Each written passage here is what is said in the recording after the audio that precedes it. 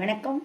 இது நம்ம கிச்சனில் நம்ம இன்றைக்கி என்ன பண்ண போகிறோம் அப்படின்னா, வடம் கலர போகிறோம். அரிசி வடம், ஓமப்பொடி வடம், அப்புறம் நீட்ட வடம், இதெல்லாம் புழியலாம் இன்றைக்கி அப்படின்னு. ஏன்னா இந்த மே மாதம் பிறந்துட்டுன்னா ஒரே காத்தடி காலமாக போயிடும், மண்ணை வாரி தூத்த ஆரம்பிச்சிடும், வடங்கள்லாம் வீணாக போயிடும். சரி, நமக்கு டைமே இல்லை, அந்த சமயத்தில் தான் பண்ணணும் அப்படின்னா ஒன்றும் இல்லை. உயரமான இந்த மாதிரி கட்டில் அந்த மாதிரிலாம் கைத்து கட்டில்லாம் அந்த நடுவில் வச்சுருப்பேன். அந்த மாதிரி இருந்ததுன்னா, இல்லை இந்த காலத்தில் இருக்க மாதிரி இரும்பு கட்டில்லாம் இருந்ததுன்னா அது மேலே நம்ம துணியை போட்டுட்டு அதுக்கப்புறமா இட வேண்டியதுதான். இப்போ இந்த இதுக்குள்ளே இட்டால் தான் உண்டு, இந்த மண்ணெல்லாம் விழாமல் இருக்கும். இப்போ இதுக்கு என்னென்ன தேவை அப்படின்னாக்க, பச்சை மிளகாய், உப்பு, பெருங்காய ஜலம், எலுமிச்சம்பழம், ஜவ்வரிசி, அரிசி மாவு பச்சரிசி வாங்கிக்கோங்க, இல்லைன்னா ரேஷன் அரிசி வாங்குங்க. ரேஷன் அரிசி ரொம்ப நன்னா வரும், பிரமாதமாக வரும். ரெண்டுத்தில் எது வேணாலும் வாங்கிக்கோங்க. சாப்பாட்டு அரிசி வேண்டாம். இப்போ என்ன அளவு அப்படின்னு பார்த்தீங்கன்னா, 1 கிலோ வாங்கிட்டேன்னா 1 கிலோ ரேஷன் அரிசியோ பச்சை அரிசியோ நீங்கள் போடுறீங்கன்னா, இது ஆற்றுல மிக்சிலெலாம் அரைச்சி பண்ணுறதுங்கிறதெல்லாம் நடக்காத கதை. நைஸாக எல்லாம் வராது, மிஷினில் தான் அரைச்சாகணும். மிஷினில் என்ன பண்ணணும்னா, முன்னாடி அரைக்கிறதுக்கு முன்னாடியே அவன் ஏதாவது இந்த சோளம், கம்பு, கொள்வரகு இதெல்லாம் போட்டிருந்தானே, நம்ம வடை மாவு அரைச்சோம்னா அப்புறம் வடை கலராக போயிடும், ஒயிட்டாக நல்லா வெள்ளவடைன்னு வராது. அதனால அதுக்கு முன்னாடியே என்ன பண்ணணும்னா, நம்ம 1 கிலோவோ 1/2 கிலோவோ அரிசியை கொடுத்து அரைச்சின்னு வந்துடணும். அரைச்சின்னு வந்துட்டு அதுக்கப்புறமா நம்மளுடைய வடாத்து மாவு அரைச்சி நம்ம எடுத்துன்னு வரணும்.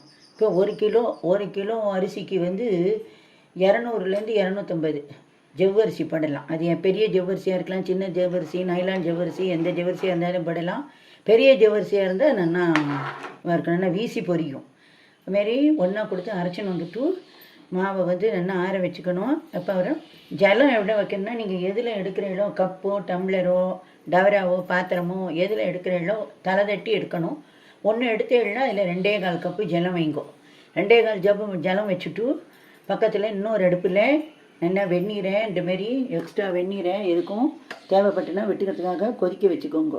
நான் இதில் பச்சை மிளகாய், உப்பு, எலுமிச்சம்பழம் எல்லாம் விட்டு அரைச்சி நல்லா வடிகட்டி வச்சுட்டுருக்கேன். இந்த பச்சை மிளகாய் காம்பெல்லாம் விதையெல்லாம் வந்துடணும், இல்லைன்னா அது போய் அந்த ஹோல்ஸில் போய் அடைச்சின்னு விடும். இது மாவு நான் 3 ஆழாக்கில் இது பாருங்கோ, இந்தமாரி ஆழாக்கில் 3 ஆழாக்கு நான் எடுத்து வச்சுட்டுருக்கிறேன் மாவு. இந்தமாரி ஒரு 3 கிலோ அரைச்சின்னு வந்திருக்கேன் நான் சொன்ன மெஷர்மெண்ட்டில். இப்போ இதுக்கு ஜலம் வச்சாச்சு, உப்பு இதெல்லாம் போட்டுண்டாச்சு, பெருங்காய ஜலம் விட்டுண்டாச்சு, எலுமிச்சம்பழம் பிழிஞ்சாச்சு, பச்சை மிளகாய் ஜலமும் விட்டுண்டாச்சு. இப்போ இது நல்லா கொதி வரணும். கொதி வந்ததுக்கப்புறம் தான் மாவை போட்டு என்ன கலரணும். அந்த நாளில் என்ன பண்ணுவாள், நைட்லேயே பண்ணி வச்சுடுவாள். நைட்லேயே பண்ணி வச்சுட்டு காலம்புரை ஆறினோடனே எழுந்திரிச்சு அம்மியில் தேங்காய் எண்ணெயை தடவிண்டு, அம்மியிலையும் எண்ணெயை தடவிட்டு கையிலையும் தேங்காய் எண்ணெயை தடவிண்டு அப்புறம் நல்லா ஓட்டி அரைச்சி எடுப்பாள். அதுமாரி அரைச்சி எடுத்துட்டு அப்புறம் நல்லா ஆறினொட்டி அரைச்சி எடுத்துட்டு அப்புறம் குழலில் போட்டு புழிவாள். இப்போல்லாம் காலை வேலையிலே காலம்புரையே எல்லோரும் புழிஞ்சிட்டு இது பண்ணுறா. நம்ம இப்போவும் நைட்டில் அந்தமாரி பண்ணுறதுனால பண்ணிடலாம். நிறைய அரைக்கிறதா இருந்தால் நம்ம அம்மியில் அரைக்க முடியாது, கிரைண்டரில் போட்டு அரைக்கணும். இப்போல்லாம் யாருமே அரைக்கிறது அந்தமாரி இதில் அரைக்கிறதே கிடையாது. அதுமாரி அரைச்சல்னா உங்களுக்கு புழியிற வாழ்க்கை ஈஸி, அரைக்கிற வாழ்க்கை தான் கஷ்டம். புழியிற வாழ்க்கை ஈஸி, டக்குன்னு ஈஸியாக சுலபமாக அப்படியே புழிஞ்சிட்டு போயிட்டே இருக்கலாம். இப்போ இந்த ஜலம் கொதி வந்த உடனே நம்ம இந்த மாவு அரைச்சி வச்சுருக்கோம் இல்லையா, வடை மாவு, இதை போட்டு நல்லா கிளறணும். நிறைய பண்ணுறதா இருந்ததுன்னா ஒருத்தர் கிளறுவா, ஒருத்தர் போட்டுகிட்டே இருப்பாள் மாவை. அதுமாரி நம்ம இப்போ கொஞ்சமாக தான் கிளறப்படுறோம், என்ன இல்லை ஒன்றும் இல்லை. கொஞ்சமாக ஒரு நாளைக்கு 1/2 கிலோ மணிக்கு நீங்கள் கிளறினீங்கன்னா நல்லா ஈஸியாக கிளறிடலாம். அது நம்ம இது பண்ணுறதுக்கு முன்னாடி இன்னொரு வேலை ஒன்று பண்ணணும்.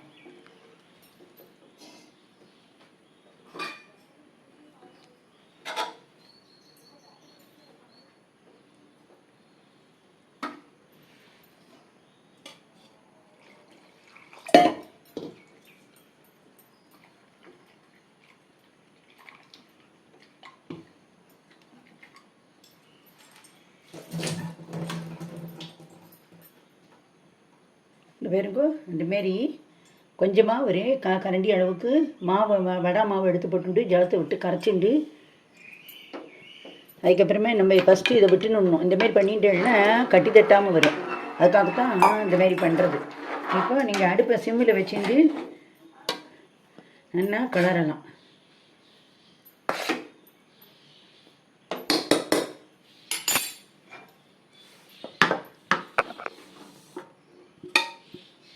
நீங்கள் பிகினர்ஸாக இருந்தால் பண்ணுறவாளாக இருந்தால் நாள் நீங்கள் எந்த பாத்திரத்தில் பண்ணலான்னு இருக்கீங்களோ அந்த பாத்திரத்தில் ஜலத்தை அளந்து பார்த்துக்கோங்க.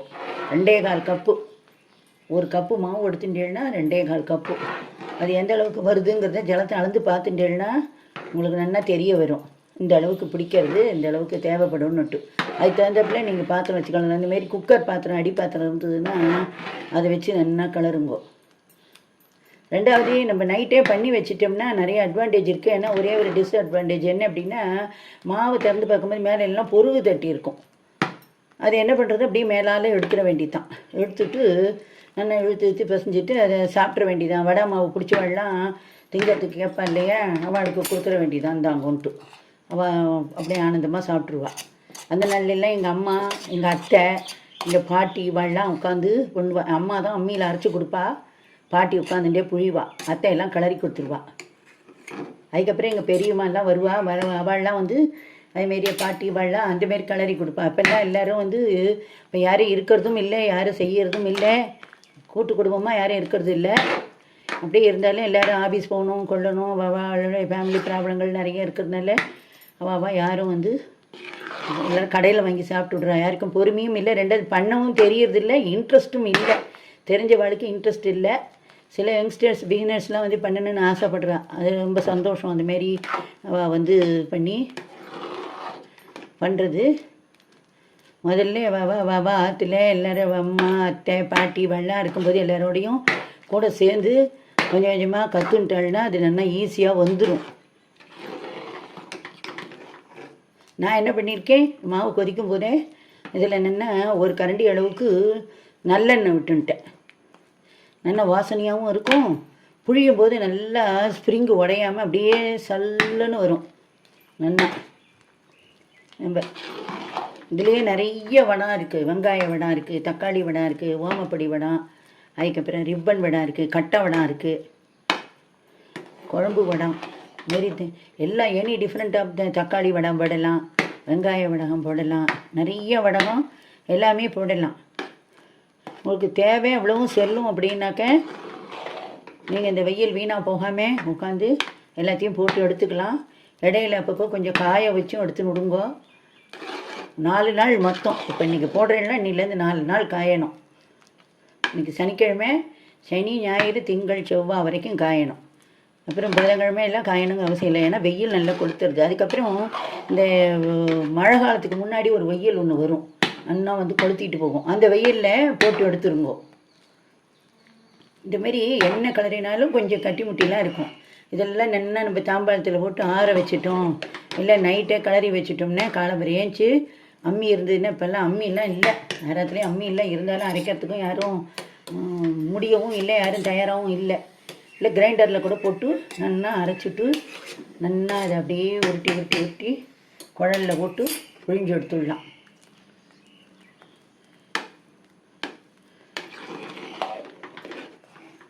நல்லா உங்களுக்கு இப்போ பெருசாக வச்சு கலர முடியல அப்படின்னா நீங்கள் சிம்மில் கூட வச்சு கலரிடலாம், ஒன்றும் இது கிடையாது.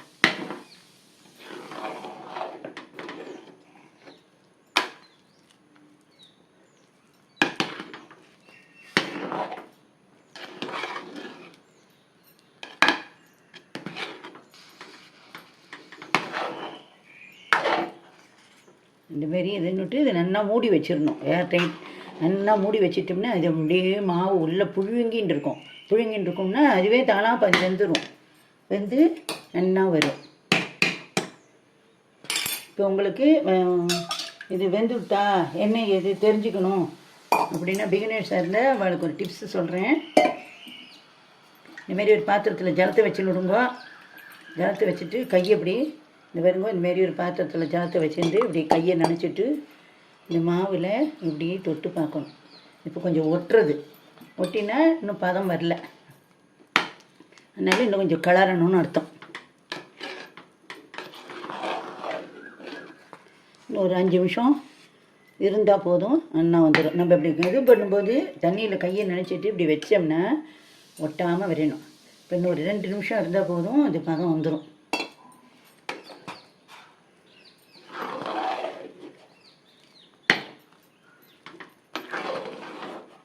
அவ்வளோதான். இதை நான் பண்ணிட்டேன். இதோடைய பதம் வந்துட்டு இதை ஆஃப் பண்ணிவிட்டு நான் சொன்ன மெத்தட்லாம் நீங்கள் ஃபாலோ பண்ணினீங்கன்னா அப்படி ஜம்முன்னு பண்ணிடலாம்.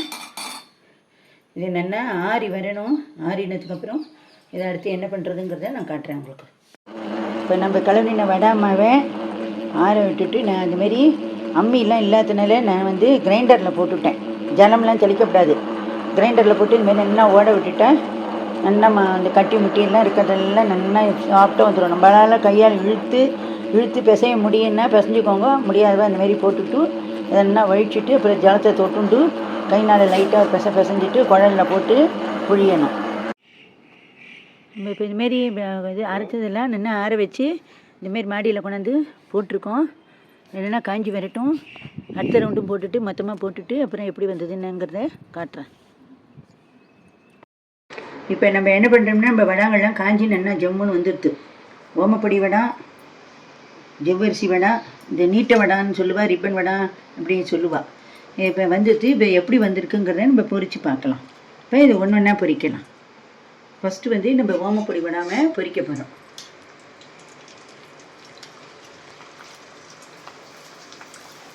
நான் சொன்ன மெஷர்மெண்ட் படி பண்ணுங்க. நல்லா இந்தமாரி வீசி நல்லா பொரிஞ்சு வரும். எண்ணெய் நல்லா காய்ச்சல் வச்சுக்கோங்க. அதுக்கு ரொம்ப ஓவர் காய்ச்சல் வச்சுட்டேன்னா வடை செவந்து போயிடும்.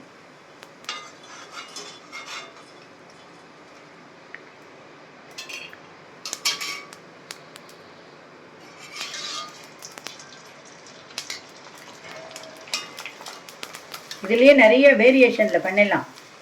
இப்போ நம்ம வந்து வெறும் காரம் போட்டு தான் பண்ணுறோம். பச்சை மிளகாய், எலுமிச்சம்பழம், உப்பு, பெருங்காயம் இந்தமாரிலாம் போட்டு பண்ணுறோம். ஆனால் இதுலேயே தக்காளி பிழிஞ்சு நிறைய வேரியேஷனில் பண்ணலாம்.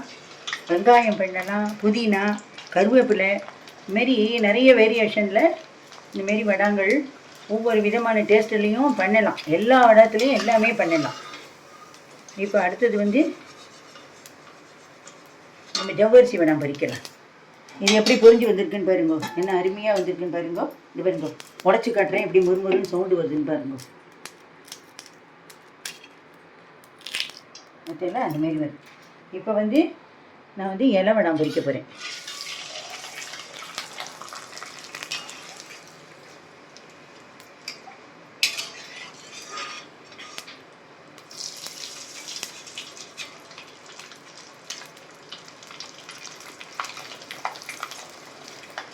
இதுலேயே வந்து இந்த இலை வடை வந்து இலை வடான்னு சொல்கிறேன், ஜவ்வரிசி வடை. இப்போ இதே ஜவ்வரிசி வடை அதுக்கு வந்து நம்ம பச்சை மிளகாய் காரம் போட்டுன்னு இருக்கோம் இல்லையா, வேணால் சில்லி ஃப்ளேக்ஸ் நம்ம கடையிலலாம் வாங்க போகணுங்கிற அவசியமே கிடையாது. மிளகாத்தில் வந்து நல்லா வெயிலில் காய வச்சுட்டு மிக்சியில் ஒரு கோர்ஸாக ஒரு பவுடரை அரைச்சிட்டு இது மேலே தூவி வடை இட்டுடணும். பொரிச்சல்னா அது ஒரு டேஸ்ட்டாக இருக்கும். இதுலேயும் நான் சொன்ன மாரி இதெல்லாம் பண்ணலாம். புதினா, கொத்தமல்லி, கருவேப்பிலை வெவ்வேறு ஃப்ளேவரில் பண்ணலாம். வெங்காயம் அதுமாரி சகல ஃப்ளேவர்லேயும் பண்ணலாம்.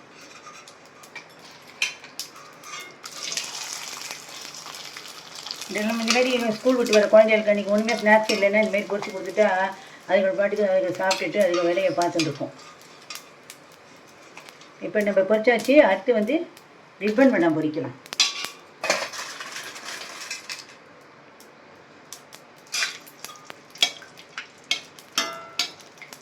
எண்ணெய் ரொம்ப காய்ச்சல் ஆகிடுச்சுன்னா கொஞ்சம் சிம்மில் வச்சுக்கலாம். இப்போ நான் அடுப்பை வந்து சிம்மில் வச்சுக்கிறேன். இப்போ இந்த ரிப்பனை பொரித்து எடுத்தாச்சு. இதுலேயே நிறைய டிஃப்ரெண்ட் டைப் ஆஃப் ஃப்ளேவரில் பண்ணலாம், நிறைய வேரியேஷனில் பண்ணலாம். நான் வந்து இப்போ வந்து நிறைய பெரிய குவான்டிட்டியாக பண்ணியிருக்கேன்.